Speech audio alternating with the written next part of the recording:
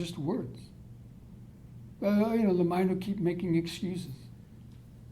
And then you keep on justifying them and increasing one's anger. Instead, you analyze it like that, step by step. And of course, applying other aspects of the Dhamma understanding too. Words are just words.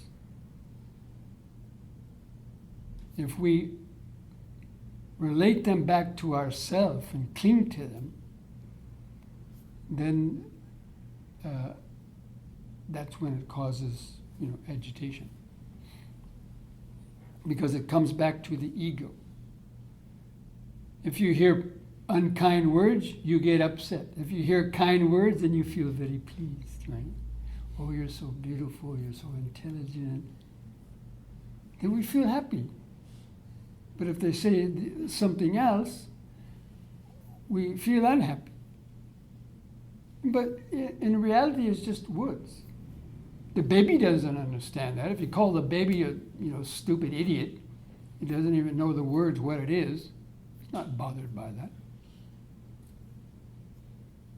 But it's only because of our clinging to these meanings of words that we've allowed them to bother us. That's why a very powerful practice in mindfulness is this, what is called the noting practice.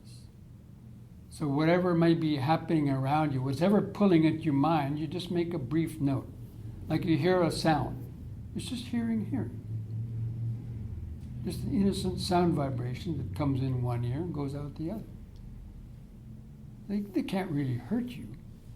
But if you grab that sound and start going to the past and say, oh, that sound in the past was this, and that's the meaning of it, and that's reflected back to myself, only that is when that triggers off anger or happiness, which are just basically chemical reactions in your brain, that's all. But we think it's me that's doing all these things. No, it's just chemical reactions and molecular reactions. That's the mind of a scientist. That's how the Buddha analyzed his body and mind. Rather in terms of seeing these things are happening to me, and this me is the center of the world, he totally, that's not scientific. That's, already biased interpretation. So even these so-called scientists today, they're not really scientists from the Buddhist point of view. Because they only have an open mind to certain things, the material world. And they don't want to touch the mind, because if they start probing the mind, it's going to tamper with their religious beliefs and so many other beliefs that they're clinging to, and they don't want to go there. So that's not a scientific attitude. Anyway, I don't want to belabor the issue, but it's just to get an understanding, a larger understanding of what really we're up against in terms of this mind and the conditionings that have gone on for so long. Since we're a baby, we've allowed these things to keep growing and growing and growing, these delusions. And because of the delusions, the attachments and aversions, and by copying other people, the way they get upset at this and that, we've allowed ourselves to copy them and react. So we have to kind of, we have to conform to society, right? And if we don't, then we're looked on as being, something different. So all these types of ego-dominated pressures have caused us to, create these conditions that we're stuck with. And now it's very, very difficult to change them, but they can be changed. So anyway, this idea of having the scientific attitude when we meditate is to, and so the third stage of meditation is, we mentioned 2 stages. First, mindfulness.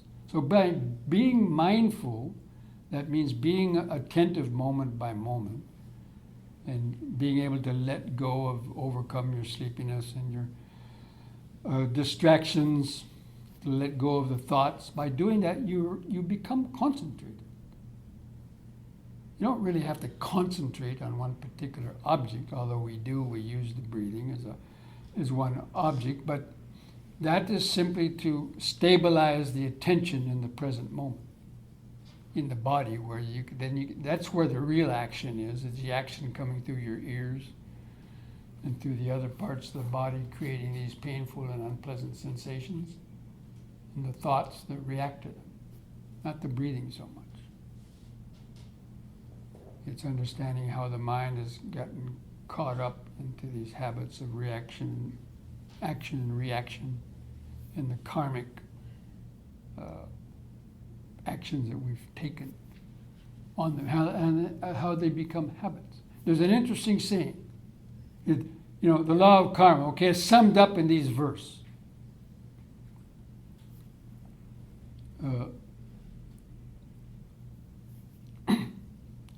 Develop a thought, then you create a habit. Repeat the habits, and you develop a character. Develop a character and reap a destiny. So it starts with a thought. The thought to do something like tell a lie or steal something, or a thought to go sleep with somebody else's husband, wife, girlfriend, boyfriend, whatever, or kill something. And if you just have a couple thoughts about it, but you don't go on repeating it, you may not actually do those things. But if you keep on repeating the habit, what we call sowing a thought, then reap an action. Eventually, if you go on thinking the thought enough, eventually you'll do it. And it will override your common sense. Then you sow an action, then you reap the habit. Also, doing it just once or twice may not form a habit, but the average person doesn't have the ability to stop that, especially if it's a pleasant feeling, right? Smoke your first joint. Oh, great, a pleasant feeling. Want another one. Or sex, or whatever it is. Alcohol, anything. Watching various things. Whatever it gives us a pleasant feeling. Because that's what the mind is always after, pleasant feeling. Because it's lost that connection to the body, the natural pleasant feeling of the present moment. And we've had to induce artificial present feelings, depending on things that we can't control in the world. So, sow a thought, reap an action. Sow an action, reap a habit. Sow a habit, reap a character. It means even, the habit, okay, maybe habits, but if you go on doing that, people are going to start knowing you as a certain type of person. That person's a liar. That person's a thief. That person's an adulterer. That person is a murderer. That person is this or that. Not because they did it necessarily only one time, but they went on doing it. And then, what comes after that? Reap a character. Sow a character, reap a destiny. The destiny may be getting killed by somebody else because you did something they didn't like, or getting in a car crash because you got inebriated and go out and kill yourself or others, or any number of things. But that's the gradual progression of karma. If we're able to nip the thoughts in the bud and don't allow them to go into actions, then they're not going to hurt us. And even doing something once or twice is probably not apt to hurt you, although it can, but let's give the benefit of the doubt. But if you go on repeating those actions enough, then sooner or later we're going to get caught. Like a thief may not get caught the first time, or even the second or third time, but they get benefit from that. They get emboldened, and they want the easy way out. Eventually they're going to get caught. We all know that. All these skeletons in the closet are coming out now. It's what people have done even 20 years ago, ruining their careers, putting them in prison. So that's the karma. But it all starts with the thought. And because we're not able to control our thoughts, for the most part, we get dragged away by that. And I'll just finish this little thing by giving the example I did last night in the talk about the octopus. Okay? So you're an octopus. If he gets one tentacle on you like that, without too much difficulty, you can peel it off and toss it. But each time the octopus gets another one on you, it gets harder to get it off. You with me? And then if he gets 6 or 7 or 8 on you, then it drags you out to sea and drowns you and eats you. And that's what happens to people. They get consumed by their thoughts. They're not able to peel it off soon enough with that quick mindfulness. Thinking. Anger. Okay, that's no big deal. Let go.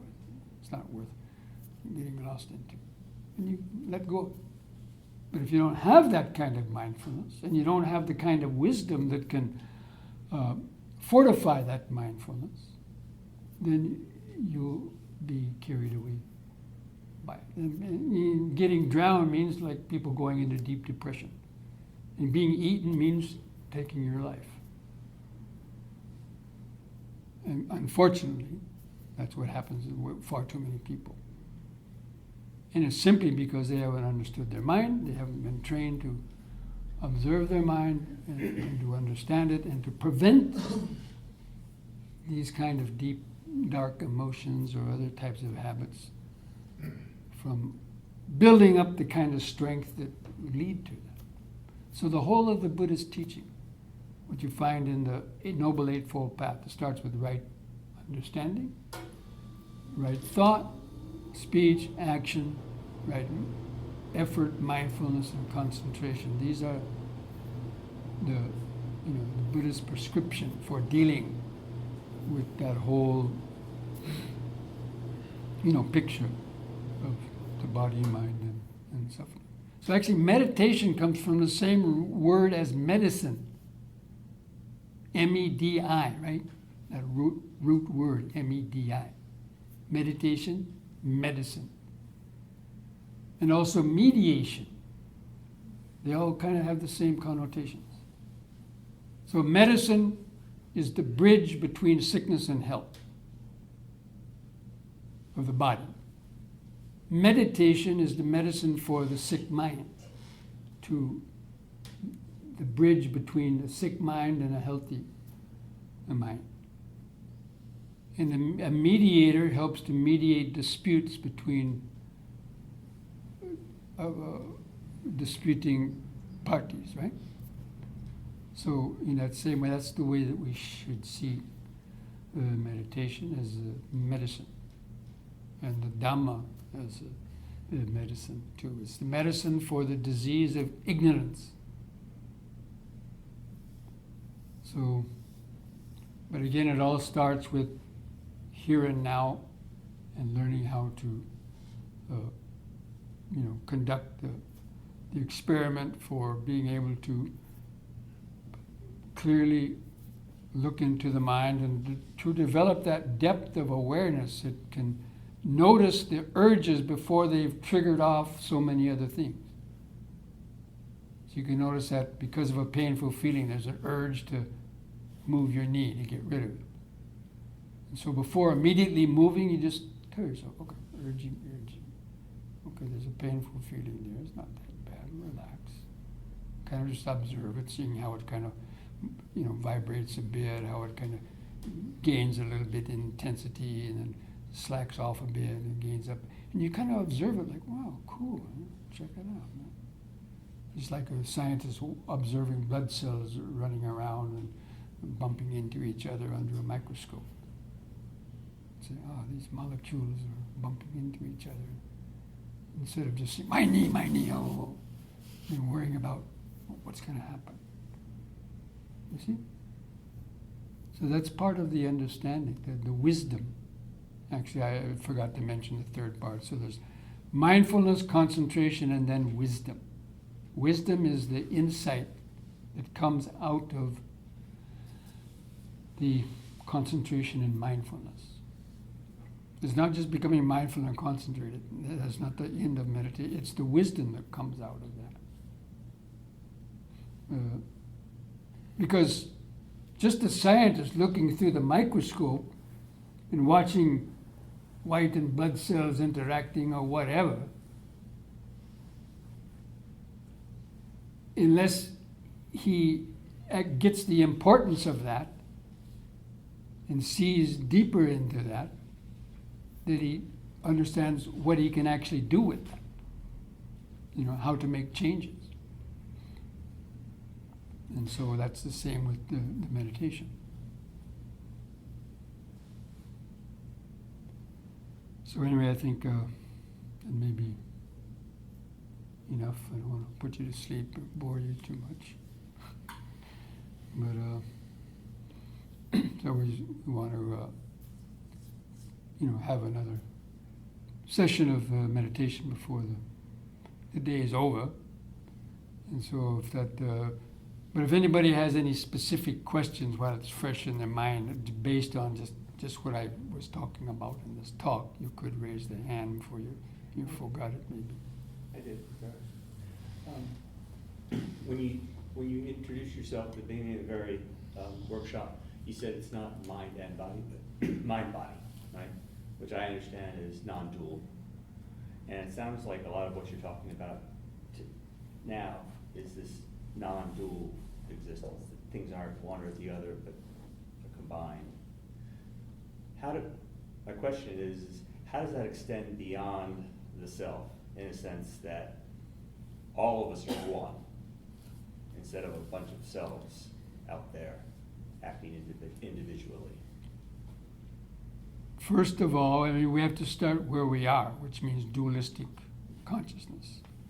But as you are developing the ability to just observe with detachment, and you stop grasping and rejecting things, when you learn how to keep the mind, centered, then gradually the sense of self starts to fade away.